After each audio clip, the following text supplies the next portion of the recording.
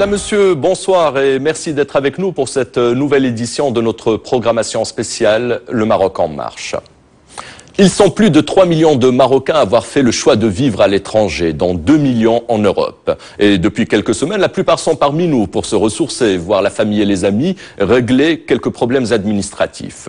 Mais les connaissons-nous vraiment? Qui sont-ils? Quelle réalité vivent-ils dans leur pays d'accueil? Quel rapport entretiennent-ils avec le Maroc? Autant de questions et une certitude, les Marocains du monde sont une force pour le royaume et au-delà des transferts de devises, ils sont pourvoyeurs de valeurs et de savoir-faire. Ce soir, nous vous emmenons à leur rencontre, à la rencontre de Mbark Boussoufa, qui aurait pu porter le maillot national hollandais, mais a préféré celui des Lions de l'Atlas. Rencontre également avec Chakib Yassir, créateur d'une start-up qui transfère à moindre frais les devises des migrants vers leur pays d'origine. Rencontre également avec Souad Sbaï, journaliste, militante associative et députée au Parlement italien. Rencontre enfin avec Mohamed Zouak, le fondateur du site Yebiladi. Lui est rentré au Maroc voilà 3 ans. Il nous confiera que le nouveau règne et le souverain exerce un magnétisme très fort sur tous les Marocains du monde.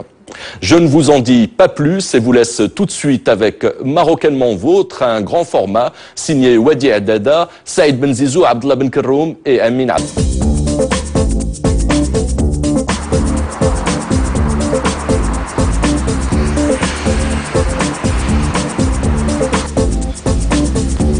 Direction la France, à Barbès, un quartier cosmopolite du 18e arrondissement de Paris.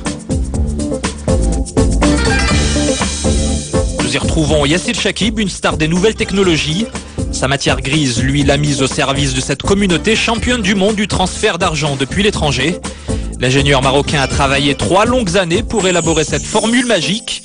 Un système informatique qui permet d'envoyer en instantané des fonds vers son pays d'origine via le téléphone portable ou l'Internet, tout en réduisant de moitié les frais de transfert. Cet après-midi, il se rend dans cette boutique spécialisée dans les cartes prépayées. Yassir doit convaincre le gérant de proposer son tour de passe-passe à ses habitués. Une clientèle qui a du mal à croire en ce qu'elle ne peut pas voir.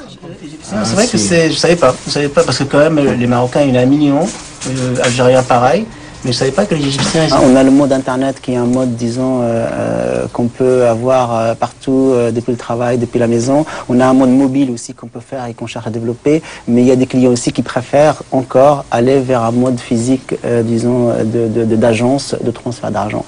Et pour les servir encore et être encore plus simple, la proximité c'est un point important. Une proximité qui permettra alors de faire de nombreux adeptes de la magie des nouvelles technologies. Il y a beaucoup d'étrangers et tout le monde cherche à envoyer l'argent pour aider les familles, donner la femme et les enfants pour manger. C'est très demandé. On paye garantie 200 millions par jour. Merci beaucoup Kamel. Merci. Très bientôt. De toute façon, on reste en contact. C'est fait. Yassir a convaincu un partenaire de plus de prendre part à son aventure d'entrepreneur. À 39 ans, pour relever son défi, il a laissé derrière lui une confortable carrière internationale dans le secteur des télécommunications. Sa devise visait toujours plus haut. Désormais, le Casablancais veut se mesurer à des géants mondiaux du transfert d'argent comme Western Union ou MoneyGram. Nous, notre objectif, c'est vraiment venir bousculer ce monopole-là et être, disons, numéro 2 très rapidement. Voilà, on travaille. Qu'il est lié au Maroc. Notre jeune Parisien, lui, continue à réinventer le transfert d'argent. Ce n'est pas encore un triomphe, mais Yassir Chakib est en route vers le succès. Pour cela, il est épaulé par son associé, Amin Smahi, ingénieur lui aussi. Ce Slaoui de 45 ans met aujourd'hui à profit les 2 décennies passées dans de grandes sociétés comme Thomson et Bouygues Telecom. Forte de cette expérience, leur petite entreprise a déjà fait du buzz sur la planète des investisseurs. Sa réputation est parvenue jusqu'à l'île Maurice. Les représentants d'une société de services bancaires qu'ils reçoivent aujourd'hui ont fait plus de 24 heures d'avion pour définir les contours d'un partenariat avec Flous.com. Une carte qui permet de retirer dans n'importe quel distributeur dans le monde. Il y en a 1 million aujourd'hui. En Afrique, il y avait un retard au niveau du téléphone fixe. Donc en fait, on a sauté juste une génération pour passer au téléphone mobile. Pour nous, la bancarisation des citoyens africains ne va pas passer nécessairement par les comptes bancaires tels qu'on les connaît en Europe ou en Occident. Donc l'idée de dématérialiser la gestion de son compte bancaire et de passer directement sur de la gestion sur des téléphones mobiles est vraiment important. Et c'est vers là que va aller effectivement le citoyen africain, comme il l'a démontré sur le téléphone. De toute la problématique logistique pour faire acheminer les cartes, pour faire acheminer la carte aux clients.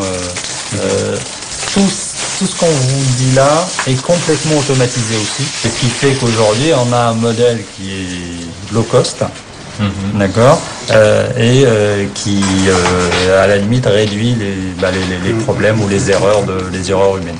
Typiquement, quand on parle ce sont les premiers à avoir développé une solution qui soit certifié par le système réglementaire français, donc c'est plutôt une véritable prouesse. Pour Yassir et Amine, pas le temps de s'endormir sur leur laurier. Les deux associés enchaînent réunion sur réunion.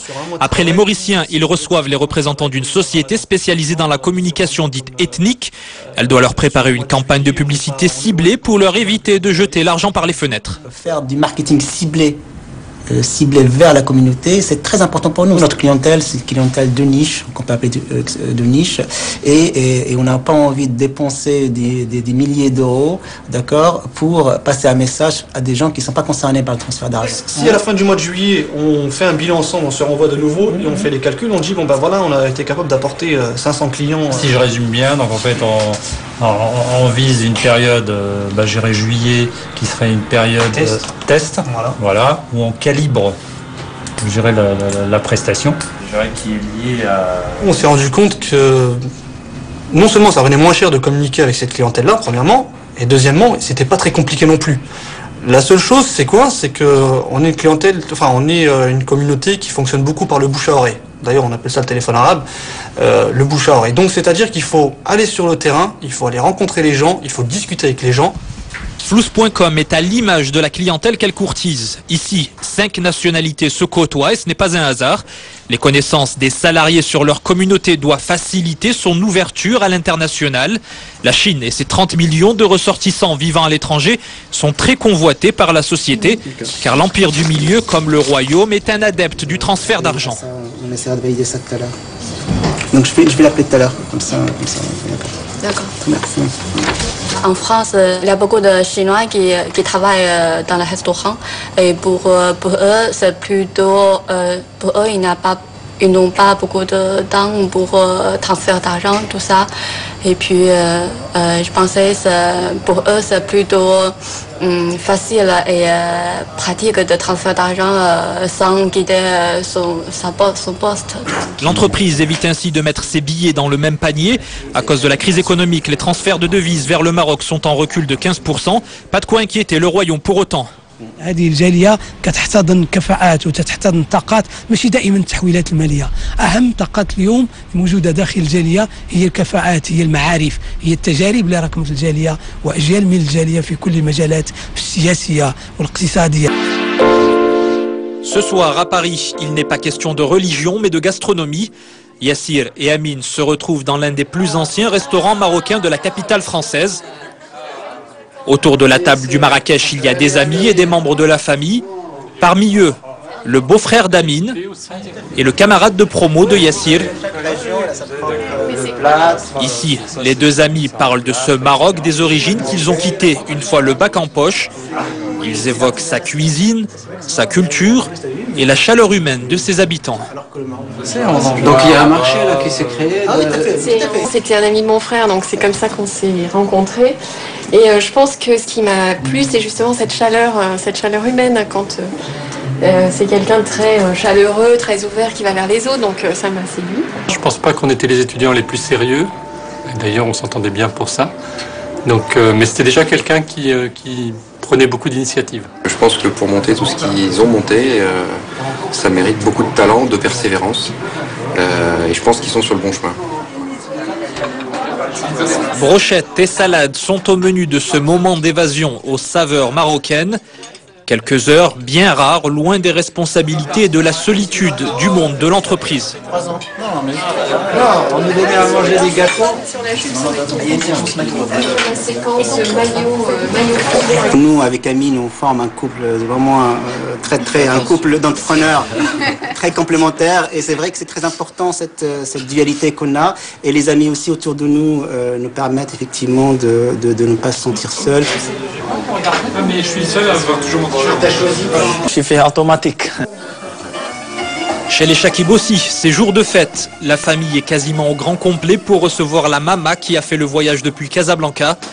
Depuis que tous ses enfants vivent à l'étranger, elle multiplie les allers-retours entre le Maroc et l'Europe.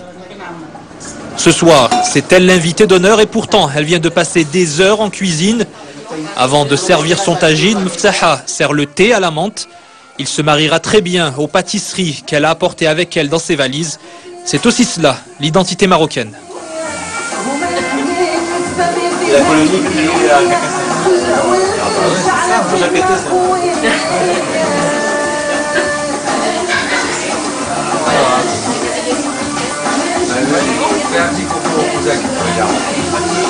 هما الدراري كلهم مشاو عندي لفرنسا وهو كان الثالث في الدراري ديك الساعات وكنت نحس شويه حيت غادي نفرقهم لكن بالمستقبل ديالهم والدراسات تبع العلم من المهدي للحد زعما ولو في مكان. Derrière les fourneaux, deux de ses belles-filles viennent donner un dernier coup de main. Les bons plats de la mamie sont l'occasion pour les grands comme pour les petits de se retrouver. Car dans cette vie d'entrepreneur menée à 1000 à l'heure, le travail de Yassir fait très peu de place à la famille. Un petit pot de colle, hein?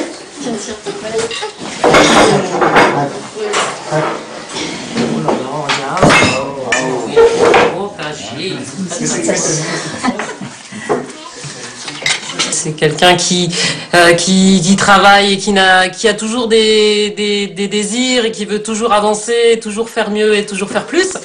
Ou c'est quelqu'un de facile à vivre en tous les cas. Peut-être l'ordinateur qui prend un peu beaucoup de place dans notre vie, mais mis à part ça, j'ai pas tellement de griefs. Non. Voilà, comme ça.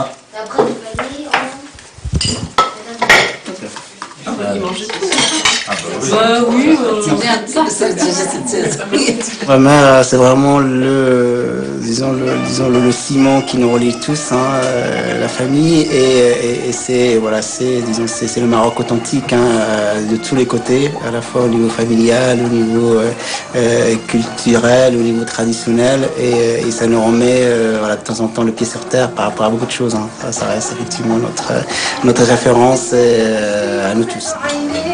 Et si la vie des Marocains d'ailleurs se résumait à cela finalement?